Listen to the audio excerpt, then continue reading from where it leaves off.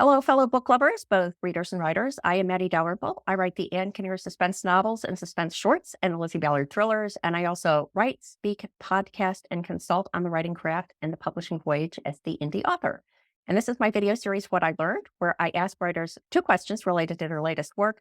What did they learn from that work that they would like to share with their fellow writers? And what did they learn that they would like to share with their fellow readers? And I am here today with Preston Fassel and Chris Grsso. Hey, Preston and Chris, how are you doing? Well, thanks, and thank you for Hey, having us Maddie. on. To give our viewers a little bit of background on you, Chris Grosso is an artist, counselor, writer, and film producer with Fourth Media. He's the author of Indie Spiritualist, Everything Mind, Dead Set on Living, and the children's book I Love Drums, which was co-written with Mark O'Connell of Taking Back Sunday. And you can usually find him in San Diego up to some kind of spirited mischief. And Preston Fassel is an award-winning novelist and journalist whose work has appeared in Fangoria, Rue Morgue, and Screem Magazine. The author of Our Lady of the Inferno, which was the winner of the 2019 Independent Publishers Award for Horror, and Landis, The Story of a Real Man on 42nd Street, nominated for the 2022 Rondo Hatton Award for Book of the Year. He has a BS in psychology from Sam Houston State University. And their latest book is a co-authored book, Necessary Death, What Horror Movies Teach Us About Navigating the Human Experience. And that launched on Halloween of 2023. And so I am here asking Preston and Chris the two What I Learned questions, starting with, what did you guys learn from the book that you would like to share with your fellow writers? For me, it was working in collaboration with another writer. I had never actually worked with another author before to co-author a book. And Chris and I live in vastly geographically different parts of the country. And so we both had to figure out a way to coordinate time zones, Chris being in California, me being in Texas, and then also figure out a way to coordinate how we were going to approach the book.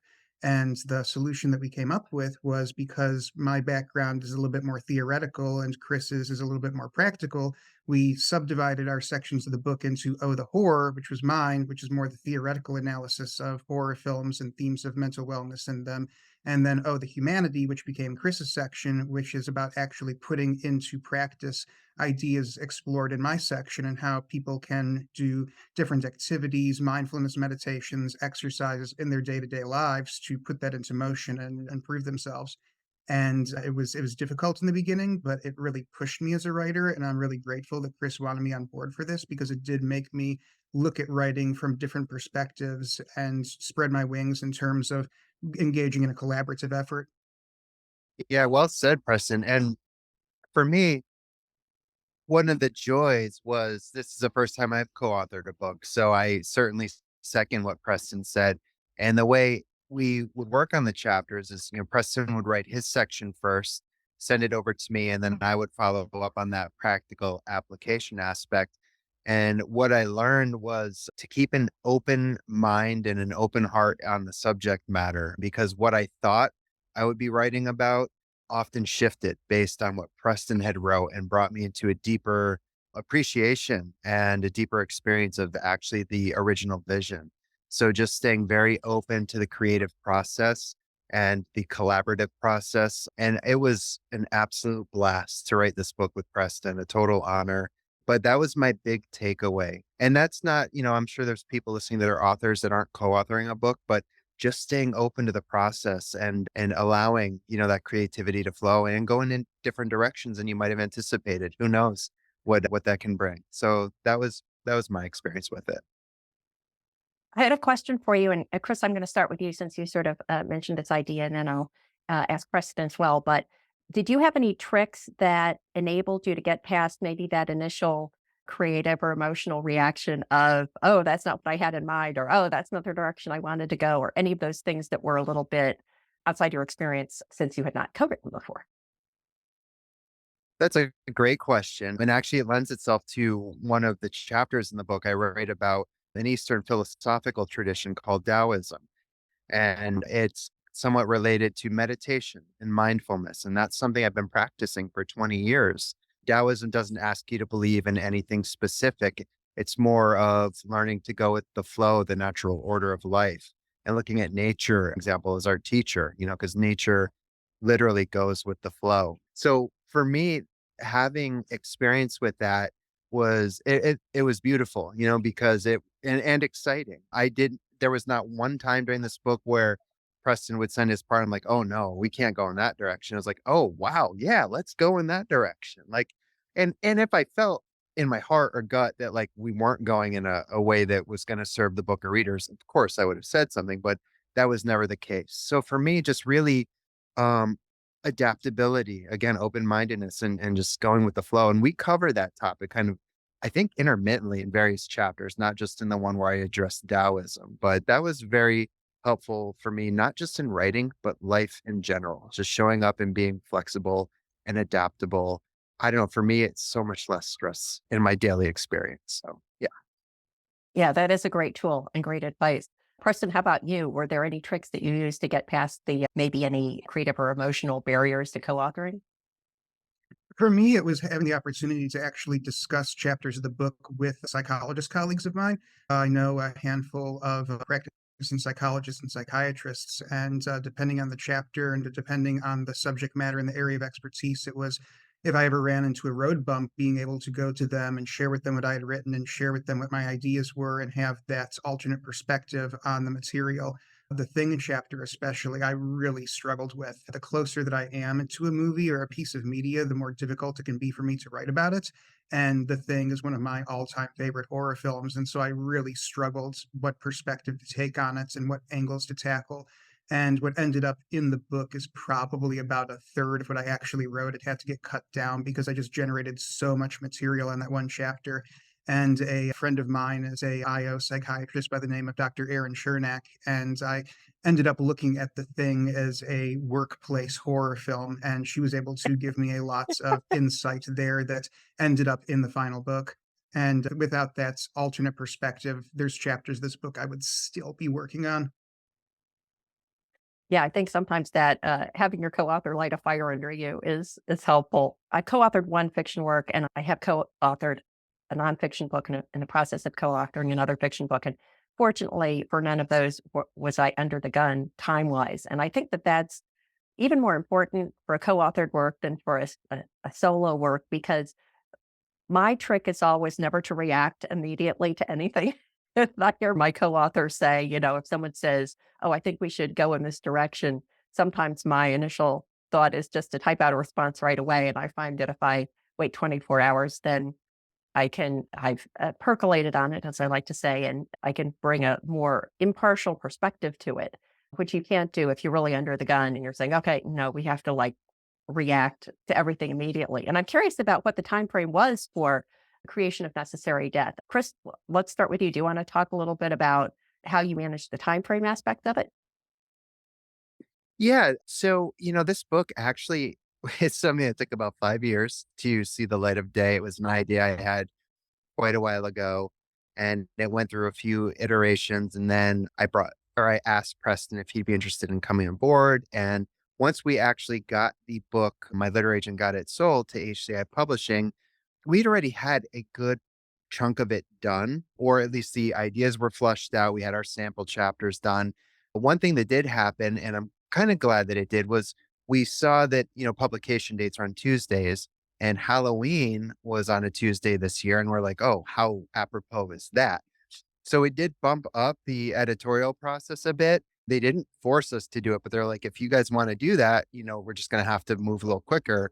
And we were all about that. So, and I'm grateful for that. It kind of, it did light a fire under us a bit, but not in a way that I think it compromised the work whatsoever. For me, on my end of it, it just made me that much more focused.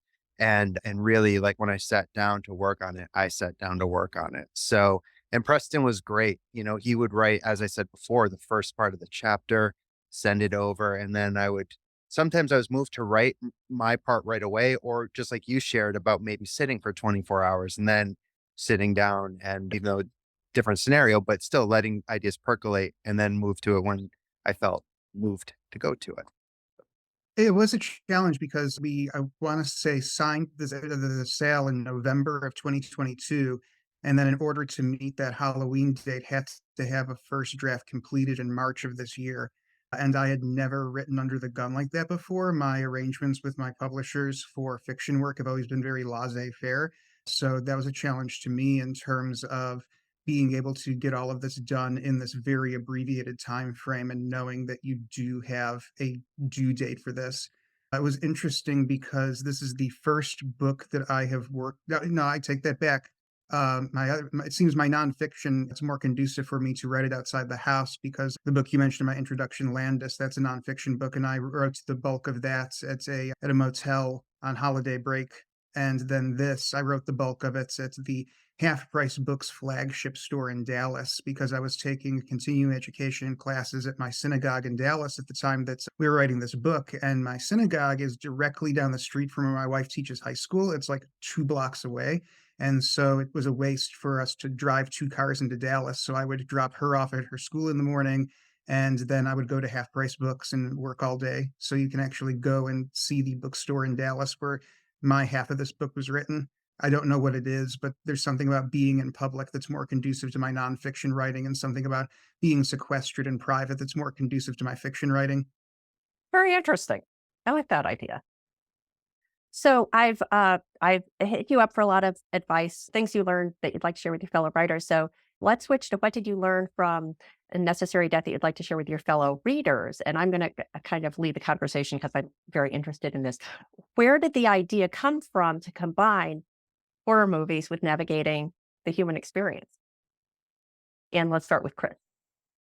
Sure. Yeah. I mean, so my first three books are all in the mental health psychology field. I'm an individual who's lived with depression, with all sorts of mental health issues, addiction issues. And I've worked diligently on getting to the other side of that as much as a person can be on the other side of it, honoring that it's a daily reprieve a lot of the time. I also love horror movies, and I've loved them since I was a child.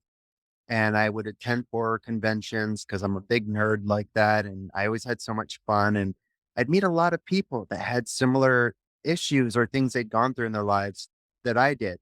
And I kind of approach life from an out of the box perspective most of the time. And the thought just hit me like, what if you did a horror meets like personal development wellness book? Because the material's there, it really wasn't a big stretch. I don't feel like we really took any liberties with this book. Like I don't know. It really came from the heart and the intention with all sincerity for myself. And I'm sure for Preston, I don't want to speak for him, but was, how can we help humanity, or at least this niche of humanity, possibly explore various coping skills or therapeutic practices or meditative practices, things that they can apply beginning immediately when they're reading the book that can help shift their life a little bit. And that's not to say, professional help it's so important. So, and I address that in the book too.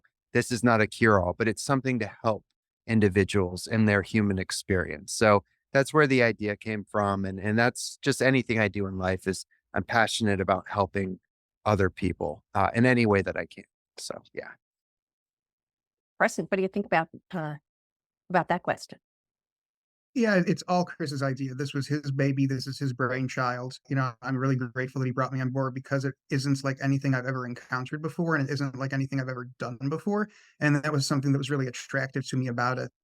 Chris mentioned that it's been several years that this book has been in incubation, and he first approached me in late 2018, early 2019, I want to say. And my first novel had just been published and it was getting good reviews, and I kind of felt like I was on top of the world and I could do anything, and I wanted some kind of unique challenge, and I wanted to do something different. I didn't want to just rest on those laurels. And then Chris came along with this idea, and it wasn't anything I would have ever come up with. It wasn't anything that I ever would have thought about. And so I was completely on board with it. I was really excited by the prospect of this. That's so cool. And I know I prepped you guys for the what did you learn that you'd like to share with your fellow readers ahead of time, and then I sort of co-opted your answer. But were there other things that you learned in the process of writing Necessary Death that you'd like to share with your fellow readers? And well, I'll throw that out to either one of Yeah, I'll just say quickly, for me, it's celebrating the little wins, the little W's, like that if we really or if I take a look each day, there's plenty of them. I And this book really got me in the habit of doing that. Whatever that little win might be for each individual, but like actually taking a moment, even if it's literally just being like, wow, cool, like I accomplished that, or giving yourself credit. When we would finish a chapter, even though I know there was going to be editing to do, like, awesome, we got that done. Like for me, the sense of accomplishment, especially when it's a creative endeavor, I don't know, it's one of the coolest things that I get to experience in my life. And then that carries over into my everyday life. Like, I help the resident day. I work with Alzheimer's and dementia patients. I help them with some small task. Cool. Thank you. Like that's a little win for them and for me. Awesome. So that was one of the big things for me. I'm super grateful to Preston in this book for is yeah, I find I do that on a pretty regular basis. So I would just encourage people in their everyday lives, like celebrate your wins, whatever they are, no matter how seemingly small they are. That's awesome. And those things add up and become bigger things over time. So that was it for me. Oh, great. Preston, what do you think? For me, it was opening myself up to looking at things from multiple perspectives and from perspectives that might not otherwise have thought about. There's a lot of theoretical analysis of the movies in this book that aren't ideas that I've carried with me for years, and they aren't perspectives on these movies that I've had since I watched them the first time or over the times that I've watched them. I had to go back and rewatch all of these movies to make sure I was going to represent them accurately and to make sure that I was going to do them justice in terms of doing this analytical look at them. And I found myself just opening myself up to new perspectives, new ideas, looking at them in ways that I never had before. And that became a really rewarding experience because if you start to look at a piece of media from a new perspective, then that piece of media itself becomes new again. And then you get the experience of getting to see an old favorite again for the first time. And that was really fun and that was really rewarding. And if we did this again, it's something that I would love to do with another swath of movies and really try and find ways to look at films from perspectives that they've never been looked at before. That's so cool. Well, I have Necessary Death up on my Amazon page here, and I'm going to go purchase it as soon as we're done here. And I would be super interested in seeing future works that you would do that perhaps addressing a different type of movie. So thank you both so much for chatting with me about Necessary Death. And I'd like to give each of you just a moment to share where people can go to find out more about you and your work online. Chris, let's start with you. Sure. Well, first of all, thank you, Maddie, for your interest in having us on. It's been a pleasure exploring these questions with you. For me, it's just, I think Instagram, Facebook, it's just my name with an X before and after it. Chris Grosso, Grosso. Super simple. Thanks. Thank you. Preston? Yeah, thank you for having us on. And I'm pretty much just on Twitter these days at Preston Fassel altogether. I apparently have an Instagram page because I do have a Facebook page. And now I guess if you have Facebook, it automatically populates an Instagram page for you. And I think I'm at Preston Fassel on Instagram as well as Facebook. Thank you so much.